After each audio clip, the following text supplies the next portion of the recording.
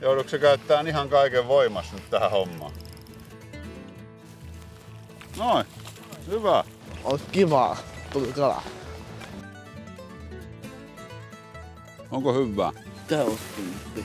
Täyskymppi. Ruvetaan ruiskuttamaan tällä ruiskulla niihin ainetta. Siinä se vitsaus nyt sitten on. Milläs tyhjennät tämmöisen järkyttävän kokoisen vesistön siitä loisesta? Et millään.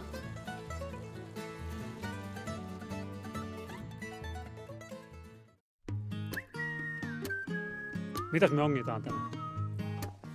Alvehaukki. Tänään ongitaan kuitenkin ehkä kyttyrälohi ja taimen. Joo, Niitä kokeillaan. joo. Yes. Taimen ja kyttylä. Taimen ja kyttyrä. Ja eikä hauki. Ei haukia tällä kertaa. Miss? No niitä on aika vähän täällä, mutta jos saadaan hauki, niin sitten otetaan hauki. Iso hauki. Iso hauki. Niin iso hauki kuin pystyy. Kyllä, kyllä. Ehdottomasti. Punaista lyötyä ja vähän kettosta. Ja nää alkkuli. Niin tää on sellainen kuin mustekala uisti. Tule nyt, sulla ei upota, kävelet ihan normaalisti.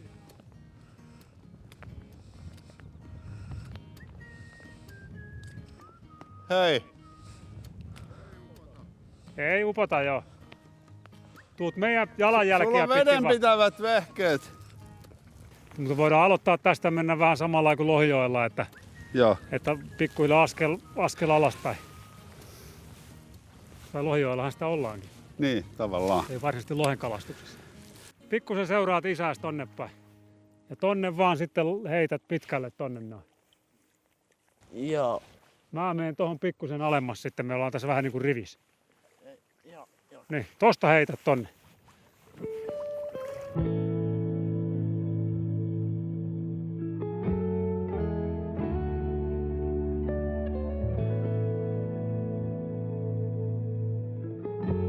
Onks kylmä?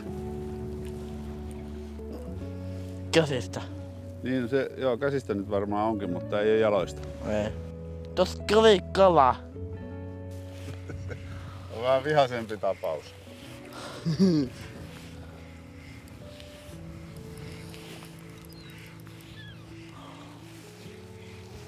No niin, kato missä se siima on, niin siitä näkee missä se kala menee.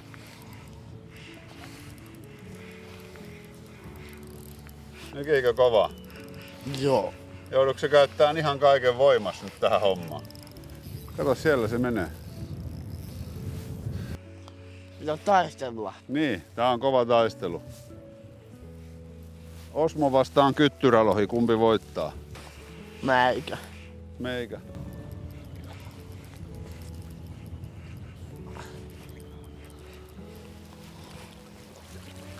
Noin, Noin. hyvä. Pidä virveliä vaan. Semmonen möykky. Ja iso kala. Joo. Nyt sulla on yksi laji lisää. Sait kyttyrälohen. Niin. Se oli se mustekalauisti. Niin. Ois kivaa, tuli kala.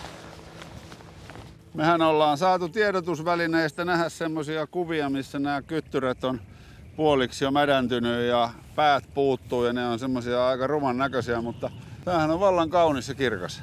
Se on tosi hyvää tavaraa. Joo, Ja ruokakalaa parhaasta päästä. on. Ja tää on nyt semmonen kala, mihin ei lohiloinen kykene.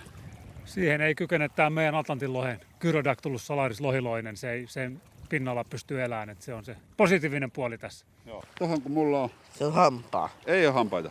Onko Ei oo semmosia, on. Nosta tonne vaan sormi. Noin, pistä. hampaa? Ei oo hampaita. On. Ei oo terä, kato nyt. Tosta noin. Sieltä sormi tonne. Noniin. Etusormi tonne. Ei oo hampaita. Noin. Sitten pidät siinä. Ja kannat sen sinne. Mainio. Niin.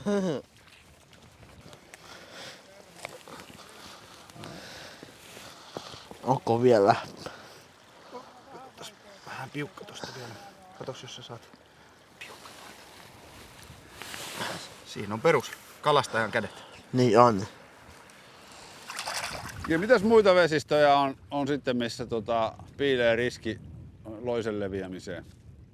No Suomessa ne on nämä jäämereen laskevat vesistöt, eli jos lähdetään sieltä vähän niin kuin etelämpää liikkeelle, niin siinä on toi Tuulomajoen vesistö, eli Luttojoki, Luttojoen systeemi. Ne on tietysti Venäjällä sitten ne lohet, mitkä siellä mahdollisesti on, mutta sitä se kuitenkin koskee. Niin. Sitten tullaan tietysti Paatsioen systeemi, eli Inarijärven alue ja ehkä meitä lohi-ihmisiä lähimpänä on sitten Näätämäjoen vesistö. Joo.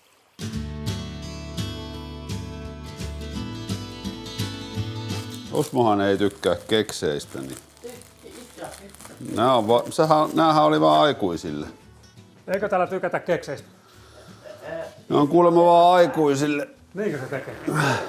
Vanhemmat tuppaa aina välillä vähän höpöttää. Siinä se vitsaus nyt sitten on. Joo, tässä on tosiaan Gyrodactylus salaris lohiloinen. Pienen lohenpoikasen pintaan kiinnittyneenä. Niitä on tuossa itse 5 kappaletta tuossa kuvassa. Se on aika erikoinen otus, eli se on tommoset kiinnittymispiikit, millä se tosi tiukasti kiinnittyy tuohon kalan pintaan ja ei sitä hevin mihinkään lähde. Ja pikkuhiljaa sitä syö lohenpoikasen ihoa ja limaa pinnasta. Ja Niin onko tää jo semmoista syötyä? joo, siinä on varmasti jo vähän syöty tää punertava alue. Ja sitten se tosiaan vaikuttaa sen kalan nestetasapainoa siihen fysiologiseen säätelyyn ja altistaa sitten erilaisille kalataudeille ja vesihomeille. Eli kaikin puolin kova tuholainen. Se on tosiaan näille Pohjois-Atlanttiin laskevien jokien lohikannoille kova tuholainen, tämmöinen niin sanottu patogeeni, eli ihan tappava tuholainen, mutta taas Itämeren puolen lohikannat on tälle vastustuskykyisiä, eli ne on elänyt Gyrodactyluksen kanssa pitempään ja niille on tullut aikojen saatossa vastustuskyky. No miten ammattilaiset torjuu lohiloista? No joo, kyllä sitä täytyy tietysti ammattilaisen torjua, kun muidenkin pitää. Eli tietysti me tehdään töitä yleensä sillä samalla vesistöalueella, että niin. Varsinaisesti ei ole niinku riskiä levittää juuri sitä loista tänne, mutta kyllä me aina kuivataan varusteet tosi huolellisesti ja tarpeen mukaan sitten desinfioidaan. Tuossa 40 asteessa kuivuu kuitenkin niinku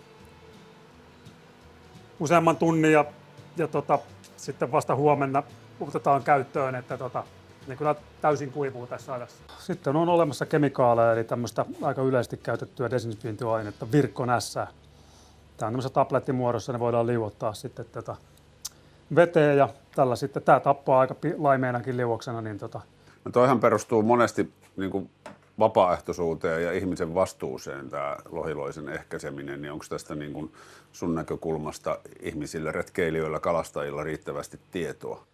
Ei varmasti kaikilla on riittävästi tietoa, ehkä siellä retkeilypuolella ja tämmöisellä veneilypuolella ei ehkä niinkään ole sitä tietoa, mutta kalastajilla varmaan on aika paljon ja enemmänkin tietoa. Mutta tosiaan kun niitä vesialueiden käyttäjiä on monia muitakin kuin kalastajat, ne ei välttämättä ole sitten niin kuin pongannut, että tämmöinenkin loinen on ja pitäisi desinfioida. Ja just tämmöiset veneet ja vesien vaihdot ja ehkä kalojen tuominen tai perkaaminen toisesta vesistä tuotu kala toisessa vesistössä, ne on niitä oikeastaan niitä suurimpia riskejä. Ne kalastusvälineet on paljon pienempi riski niin kuin siirtää lohiloista eteenpäin. No niin.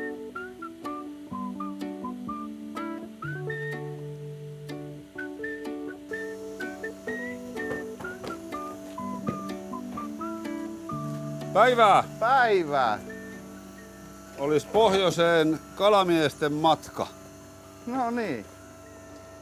Ei muuta kuin siitä vaan levittelemään niitä kamoja, niin ruvetaan ruiskuttamaan tällä ruiskulla niihin ainetta.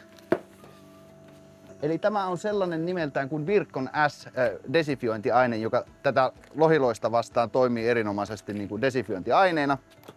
Ja tämä niin kuin tappaa mahdollisesti kosteista kalavehkeistä sitten loiset, jos ollaan muulta vesistöalueelta siirtymässä tänne Ylä-Lapin vesille. Eli tämähän ei ole muuta kuin ruvetaan käymään varusteita läpi. Ja periaatteessa hyvä on ja pitäisikin desifioida kaikki varusteet, millä liikutaan vesistöissä. Ihan niin kuin nimenomaan näistä kalastajan kalastusvarusteista, sitten kaikki kanootit, muut erilaiset vesikulkuneuvot, kaikki sellaiset, niin on syytä desinfioida. Joo, kaikki mikä kokonaisuudessa. niin kuin osuu veteen. Kyllä, juuri näin. Tässä Inarin alueella on 2 desinfiointipistettä ja sitten Tenojoen varressa erilaisissa Erilaisissa matkailuyritysten yhteydessä on useita desinfiointipisteitä luvanmyyntipisteiden yhteydessä ja siellä saa sitten desinfioinnin suoritettua näille varusteille, että ne löytyy netin kautta kaikki desinfiointipisteen ja luvanmyyntipisteiden tiedot. Ja paljonko me ollaan velkaa? Tämä on tällä desinfiointipisteellä on täysin ilmainen palvelu, se on viranomaisen järjestämä tässä pisteellä, mutta luvanmyyntipisteiden yhteydessä niin siitä todennäköisesti aina peritään pieni maksu.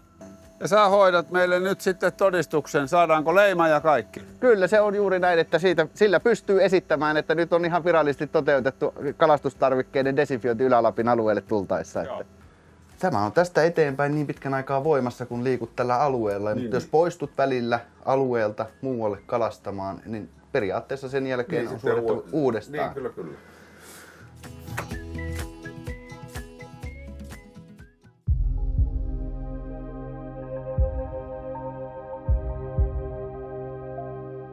Käsittämättömän kokoinen laitos, mutta älyvapaata sinänsä, että venäläiset on niitä tänne istuttanut tai sinne Kuolanniemimaalle ja sitten ne on tänne uinut ja nyt niitä joudutaan ehkäisemään tämmöisillä valtavilla rakennelmilla. Kyllähän Norjassa on panostettu tähän ja yhtä lailla on panostettu tosiaan lohiloisen poistamiseen niistä vesistä, mihinkä se on päässyt. Et siihen on mennyt vielä moninkertainen määrä rahaa. Niin mitä se tarkoittaa se operaatio, kun jostain joesta havaitaan lohiloista? Joo, kun havaitaan sitä Gyrodactylus salaris lohiloista, niin se oikeastaan ainoa keino siinä päästä siitä eroon on myrkyttää se joko loinen kuoliaaksi tai yleensä niin, että myös ne isäntäkalat kuolee siinä samalla. Eli siinä tehdään tavallaan tämmöinen koko lojen myrkytys ja sillä se päästään sitten loisesta eroon. Monesti myös sitten ne kalat kuolee ja ne pitää sitten uudelleen sinne palauttaa. Joo. Paljonko siihen lohiloisen ehkäisyyn on Norja laittanut rahaa?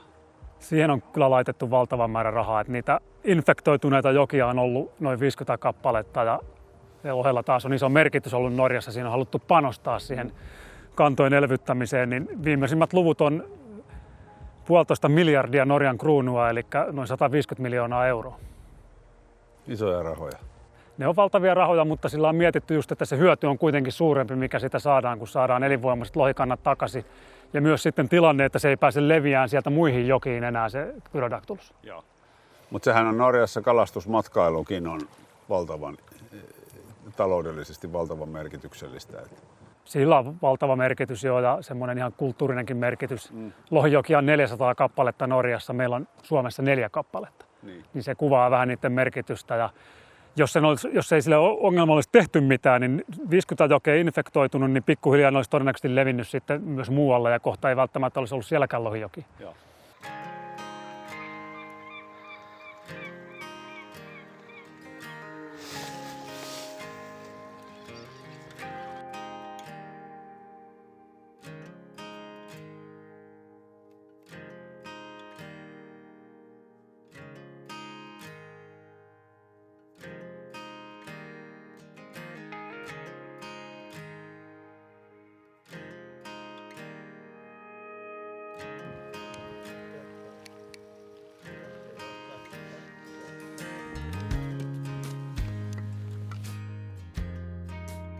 Nuo keinot kuulostaa aika radikaaleilta ja semmoisilta vaarallisilta, niin onko ihmiselle tuommoisesta rotenoinnista mitään vaaraa? No joo, siis ne on radikaaleja keinoja, mutta tietenkin on niin, että rotenoni on tosiaan semmoinen kasvimyrkky, mitä on aikanaan intiaanikin käyttänyt oikeastaan kalastuksessa. Joo. Että ne saa kalat taintua ja pyydystettyä, niin käsitykseni mukaan sitä periaatteessa voi syödä, mutta en usko, että varsinaisesti tämmöisten myrkytyskäsittelyjen kaloja on kuitenkaan niin kuin käytetty ravinnoksi. Et kyllä idea on siinä, että saadaan ne isäntäkalat ja loiset tapettua ja sen jälkeen uusi kanta sinne kotiin ja sitten voidaan jatkaa normaalia kalastusta. Joo. Minkä takia toi lohiloinen aiheuttaa täällä ongelmia, mutta ei Itämeressä? No Itämeren lohi on aikojen saatossa saanut vastustuskyvyn sille sen loisen liikalisääntymistä vastaan ja taas tämä Jäämeren lohi ei ole saanut, eli siltä puuttuu vastustuskyky. Eli kun se loinen pääsee sen iholle, niin se lisääntyy niin kuin äärettömän nopeasti ja tehokkaasti ja se kala ei sitä kestä. Joo. Ja sille ei ole mitään tehtävissä. Ei sillä niin kuin lyhyellä aikavälillä ole, että periaatteessa varmaan tuommoinen luonnonvalinta-asia hoitaisi, mutta siinä menee satoja vuosia, että sieltä kuitenkin aina joku poikainen jää eloon, vaikka loinen iskeekin, mutta se, että se tavallaan kanta muuttuu sitten geneettisistä perinnöistä ominaisuuksista semmoiseksi, että se kestäisi paremmin sitä loista, niin vaatii yleensä satoja vuosia. Joo. Onko hyvää? Täyskymppi. Täyskymppi. Aika tämmöistä kiinteätä, verraten vähärasvasta kalaa kuitenkin. Joo. Mukavasti, kun se on tässä hiiloksella ollut ja pikkusen suolaa laitettu, niin avot ei juuri tämän parempaa niin kuin jokivarsiruokaa ole. Jos se lohiloinen tänne Tenon vesistöön pääsisi, niin minkälaiset mahdollisuudet se olisi täältä poistaa? Kyllähän se tosi vaikeaa olisi, että Norjassakin ne joet, mistä se on poistettu, niin on pääsääntöisesti aika paljon pienempiä vesistöjä. On siellä semmoisia keskisuuria jokia. Ja viimeisenä heilläkin on jäljellä se kaikkein isoin ja vaikein kohde, eli Drammenjoki. Että kyllä se, niin kuin, jos se tänne leviäisi ja pääsisi täällä laajasti levittäytyy, niin melkoinen prosessi oli, enkä oikeastaan osaa kuvitellakaan tällä hetkellä, että miten se tarkalleen ottaen tehtäisiin.